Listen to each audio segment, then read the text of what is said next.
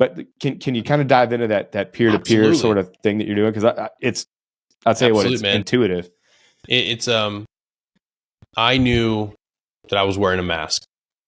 Like I knew that I was having to go into work, be a warrant officer, be the chief of the team, and lie and tell guys, I'm good. Yep. But anytime my guys needed help, it was, let's get you wherever we need to do. Let's find. Let's work through this problem. What works for you? Where can we get you?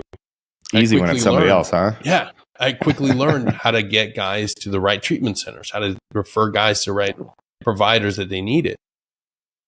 And then I wasn't doing it for myself. Then I saw exactly what you were talking about. When guys were going through med board, it was go away, take care of your things. You're a pariah. You're going to spread this sickness amongst the organization. You're broken, having mental breakdowns. I can't have you here. Go somewhere else. Where do they go? Where? To the bar. I saw that. Exactly. So when I started coming up with this idea, we started looking for places to meet. I went to 7th Group's chaplain, the group chaplain, said, hey, can we have a space to meet within the church here on post, on base? And I was met with a no. And what's up, chaps? Come on, baby. Yeah, that was the thing. And shout out to my older battalion chaplain, because that guy was awesome. I'm pretty sure that group chaplain's probably gone by now. And this is by no means trying to throw that guy under the bus. And every provider's different. Every chaplain's different. This one turned out to be a bad one. When we explained what we were trying to do, it was pretty much like, well, I'm the chaplain. You should be coming to me. And it's like, well, you don't understand. People don't necessarily may not trust you, may not want to engage with you. It's not about one solution to the problem. It's about being able to have brotherhood, camaraderie, being positive, being able to say like, hey, this is what works for me. This is what's working for him. How can we get you somewhere? What do you need? What are things that you'd like to explore? But it wasn't reciprocated. That it wasn't something that was that they were wanting. So we, of all places, ended up doing it at first at the Alcoholics Anonymous house at Fort Walton Beach. Because guess what? Drug abuse and alcohol go right in hand with mental health. Yeah. So a lot of the guys that were there, even older veterans that were there for their meeting, were willing to stay after and sit down with some current veterans and some current active duty service members and share their experience. And that's when I was like, oh shit, light bulb moment. Like this is helpful. This is getting real world information from somebody that's already been there, that's already struggled with addiction. And it's not about sitting down and trying to give somebody one option. Like talk therapy doesn't always work for people. Just because it works for me doesn't mean it's going to work for you. I had a lot of shit to go through. And I needed the first place that I was able to sit down, actually like make real progress, was going to an inpatient center. And that's why I advocate for them. Because having one day a week to go in and peel off that bandage and talk about losing brothers, being blown up, or every other thing that our soft professionals experience in just one rotation. You got guys that have been blown out of vehicles 1 year, go right back to Afghanistan, get blown up again, lose an arm, lose a leg. And you want them to go once a week, dig all that out, pack it back up, leave. In my experience, from what I have been able to recover from, that does a lot of harm. But when you go to a treatment center, when you're willing to talk to other people and realize like, okay, this is not scary. This doesn't label me a crazy person. It doesn't label me anything else. This is me willing to go into the unknown. This is me willing to be brave and courageous enough to go into something I've never done, to go into a treatment program so that I can unpack and be able to go through it. I was able to experience a lot of healing just from that 5-month stint. And that's what helped me. There's programs out there like 22, with Dr. Pamela Arnell. TBI. Yeah, forgive me. The name of the program will come out there. I can relate. I'm there. But there's programs out there that have different protocols, so it doesn't even require you to divulge the actual details in order for you to go through their treatment protocol, in order to heal from it. And that's the thing that I realized. Security Halt can be a great resource by aggregating, completely going through, researching, and pulling out all these organizations. I didn't know about Mission 22. I didn't know about Heroic Hearts. I didn't know about any of these organizations. And that's just a couple of them. I didn't know about the Cohen Veterans Network. I didn't know about getting access to BetterHelp. I didn't know these are real things that are out there. Programs, Advancing Warriors, another great one. They're not labeled and listed out there in front of the service member as he's walking through the battalion area. Yet these organizations do nothing but serve either the soft professional and their families, veterans, first responders. So that's why I realized, no, we need to have educated, and we need to be educated and have a place where we can go to that says, hey, check these out, check these resources. Right. And that was a powerful thing that we don't have. We get pushed off to the side and say, just survive. But it doesn't come with a list and a place to meet on a weekly basis, on a daily basis. I found freaking organizations like the Honor Foundation, again, on my own, through advocating and searching and digging and finding oh shit, this organization will help me learn about myself, how to market myself, how to write a resume. But even more impactful than that, what the Honor Foundation really did for me was give me the ability to realize what I wanted to do. Yep. Because a lot of transition programs out there will tell you what you need to do. You need to go to sales. You're a Green Beret. Just use that. Just talk about that. Just walk up to somebody, tell them you've been blown up, shot off a bunch of bad guys. Just lead with that. Commission, it'll be easy. Keep what you kill. 30%, boom, you're in. Forget about it, huh? Forget about it. Yeah, we big shout out to Special Operations Transition Foundation. That's another great one out there that is that helps folks transition. So Peaches and I have some experience with those folks. The thing about talk therapy, and it's just so ironic, right? Let's talk about what PTSD is. It's exposure to a traumatic event, at which point you don't get to process it. Then you have to move on in some sort of quick manner, and it causes you problems later down the road. I just described a talk therapy session.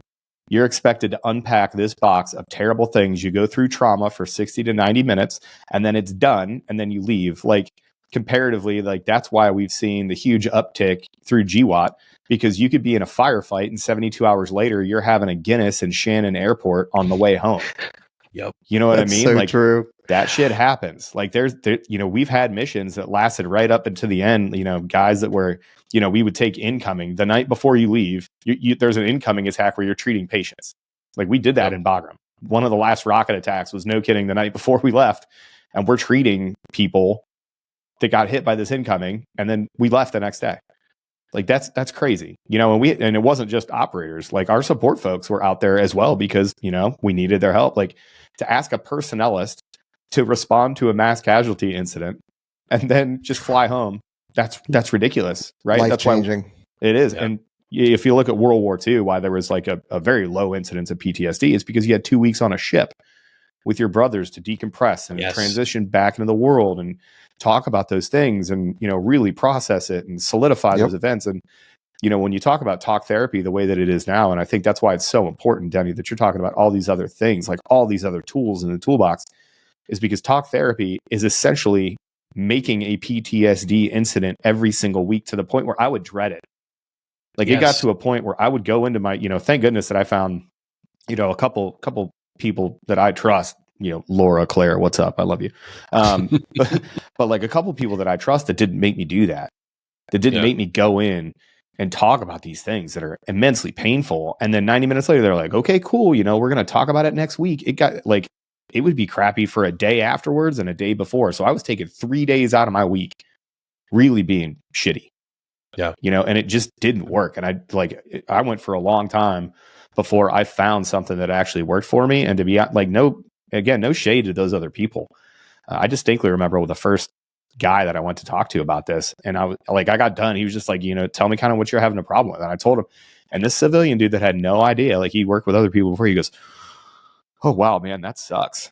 I was like, bro, you're a therapist. It was like the scene in what is it, Office Space, where he's Office like, Space, Dean's got hot dog. That's your life?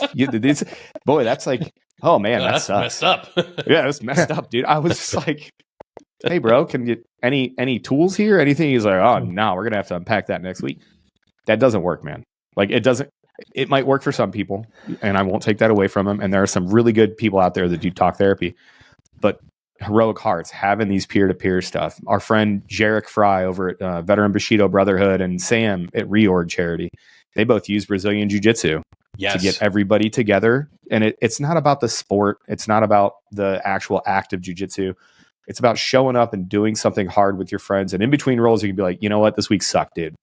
This week was shitty for me and life got in the way. And, I'm just glad to be here with you on the mats. And then you go back to doing because that's how we're hardwired. Get on the team, figure it out, say that this sucks, and then go on. And I'll go right into that because this is a profound moment where mindfulness is weaved into something that we don't think is often related. When you think about jiu-jitsu, why does it work for veterans, specifically our soft brotherhood? It is becoming a very popular modality. Here's why. You have nothing but time and space. Somebody's putting you in a position of discomfort. How do you get out of it? How do you get out of it? Are you going to be frantic? You've never seen this on a mat. You've never seen two individuals going through rolls, going through practice, and one is just frantic, just losing his mind. Well, thinking, white belts. Spazzy white belts. Maybe a beginner. That's why I'm that there. That would be me if I didn't have any understanding of mindfulness. I don't practice jiu-jitsu, but I have a lot of friends that do it. Yep. Fascinated by the aspect of mindfulness that I find in it because you see what they're doing. Mm-hmm. They're in the present moment, working through something systematically. And what happens to us when we're nothing but anxiety and our trauma? We're everything but systematic and present. My former Denny, just a few years ago, I would wake up to get ready for work, and 90% of the time it would be like, what the fuck? Where's my sock? Where's my watch? Where's like a fucking frantic mess? Because nothing up here is wired to be calm and downregulated. Everything is like a raw nerve. Everything is fight or flight, stuck in fight or flight. I'm like, whatever. I'm like, what the fuck are you talking about? Yet my movement, the erratic behavior, the things I didn't realize, because you can't see it. But your wife can see it. Your kids can see it. Oh, my kids for sure can see it. Like, if you ever hear your family members or your wife say, I feel like I'm walking on eggshells around you, that is the fucking canary in the coal mine. When you hear your family say that, you need to start fucking looking at every viable option to get help in that moment. What none of us knew is that there is such a thing as secondary PTSD. Mm-hmm. And I get it. A lot of doctors don't believe in PTSD. And I think it's value added to have those discussions. I think it's great to have the doctor that would say, hey, this is more of a physical inflammation in the brain versus, and I love having both camps on. Both people there are people that don't believe in it and people that do, because those discussions need to be had. But what you can't debate is when your wife hates coming home because you can't operate like a normal human being, because everything to you is a crisis. Everything to you is whoa, what the fuck? What the hell's going on here? Jesus Christ. Like, that's the thing that we have to be able to address and talk about at home. How are you at home? But we don't want to ask those questions in a team room. Yeah. I've heard there was a great analogy that I heard, that unmitigated PTSD is like being a suicide bomber. And who does a suicide bomber hurt most? The people that are closest to him.